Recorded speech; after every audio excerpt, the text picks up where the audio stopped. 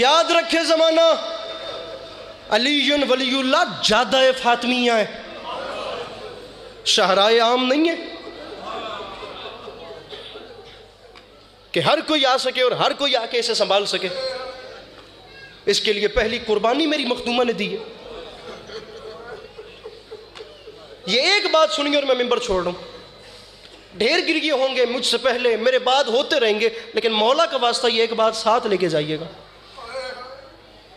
سلیم ابن قیس ہلالی میرے مولا علی علیہ السلام کے ایک صحابی ہیں جن کا نام ہے سلیم ابن قیس ہلالی۔ لیکن پہلے یہ بات سنیے گا، مخدومہ کی شہادت کے بعد کچھ سال جب گزر گئے تو کنفذ ملعون، یہ جو دروازے پہ ہجوم والی روایات ہیں، یہ جو کنفذ ملعون ہے نا، بی بی کی شہادت کے بعد یہ ملعون کسی ریاست کا گورنر بنایا گیا۔ اب بی بی کی شہادت کے بعد اتنا وقت گزر گیا تھا کہ حالات سٹیبل ہو گئے۔ ویسے تو جناب سیدہ جیسی ماں کی کمی کوئی پوری نہیں کر سکتا۔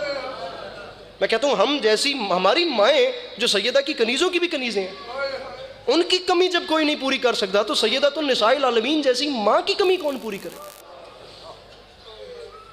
لیکن اب ذرا حالات برقرار ہو گئے تھے، اب معاملات سنبھل گئے تھے، کچھ سال گزرے تو کنفذ ملعون کسی ریاست کا گورنر بنایا گیا۔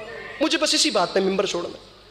اب اکانومی کچھ گری، کچھ اسمبلی یا جو بھی کچھ ہوا، جتنے بھی ارد گرد کے گورنران تھے نا، ان سے ان کی آدھی پراپرٹی ضبط ہونا شروع ہو گئی۔ حکومت وقت کی طرف سے گورنروں سے ان کی آدھی جائیداد ضبط کرنا شروع کر دیا گیا۔ اگر اس کے اتنے رقبے ہیں، اس کو 50% رہنے دو، 50% لے دو، ہم ملک پہ لگائیں گے۔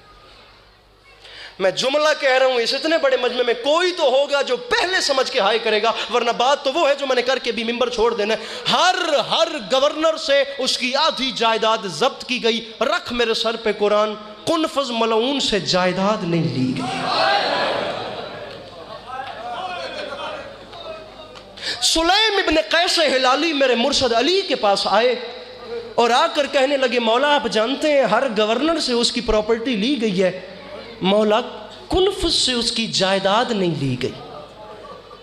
تاریخ کہتی ہے مدتوں جس مدینے نے سیدہ کے بعد علی کو روتے ہوئے نہیں دیکھا تھا، گھر کے باہر بھرے مدینے میں علی اونچا روئے، علی کی اونچی چیخ نکلی۔ علی فرماتے ہیں سلیم جانتا ہے ہر کسی سے اس کی جائیداد لی گئی اور کنفذ سے نہیں لی گئی۔ مولا نہیں جانتا۔ فرماتے ہیں میں جانتا ہوں۔ مولا آپ روتے کیوں ہیں؟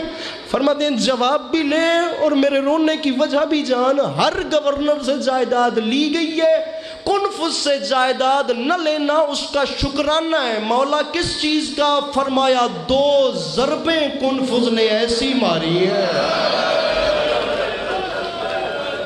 منبر اس جملے پہ عسکری چھوڑ کے جا رہے ہیں۔ اب 3 جماعت ثانیہ بنتا نہیں کہ میں کہوں ایسے رو یا ایسے رو۔ فرمایا 2 ضربیں اس نے ایسی ماری ہیں کہ جائیداد نہ لینا اس کا شکرانہ ہے۔ مولا کب؟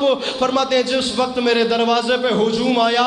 اب میں مولا کے جملے نہیں کہہ رہا، یہ اس ملعون کے خود اپنے جملے ہیں۔ کہتا ہے ہم نے باہر سے دھکا دیا، رسول کی بیٹی نے اندر سے دروازے کو دھکا دیا، ایک دروازہ کھلا، مجھے چادر میں لپٹا ہوا بطول کا ہاتھ نظر آیا۔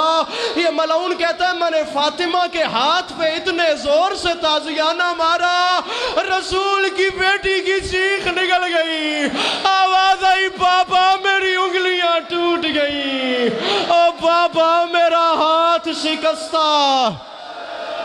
اللہ اکبر۔ چھوڑ رہا ہوں ممبر، بالکل ممبر چھوڑ رہا ہوں۔ علی فرماتے ہیں اس کی پہلی ضرب وہ تھی جو اس نے سیدہ کے ہاتھ پہ لگائی، قبلہ دوسری ضرب وہ تھی جس کے بعد میری مخدومہ کی چیخ اتنی بلند ہوئی کہ یہ ملعون خود لرز گیا، یہ ملعون خود کانپ گیا۔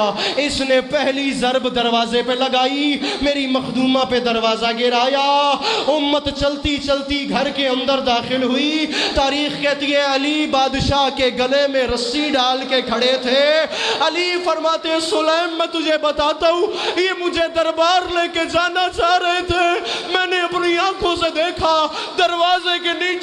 رسول کی بیٹی نکل کے میرے سامنے آئی، فاطمہ میرے سامنے سینہ سپر ہو گئی، میں مر جاؤں گی، میں علی کو نہیں جانے دوں گی۔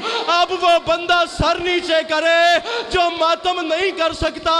علی فرماتے ہیں بطول میرے آگے کھڑی تھی، اس ملعون کنفذ نے تلوار نکالی، تلوار کے دستے سے اس نے بطول کے پہلو پہ ایسا وار کیا، آواز آئی فضہ مجھے بچا لو، او میرا بچہ مر گیا، او فضہ میرا محسن شہید ہو گیا۔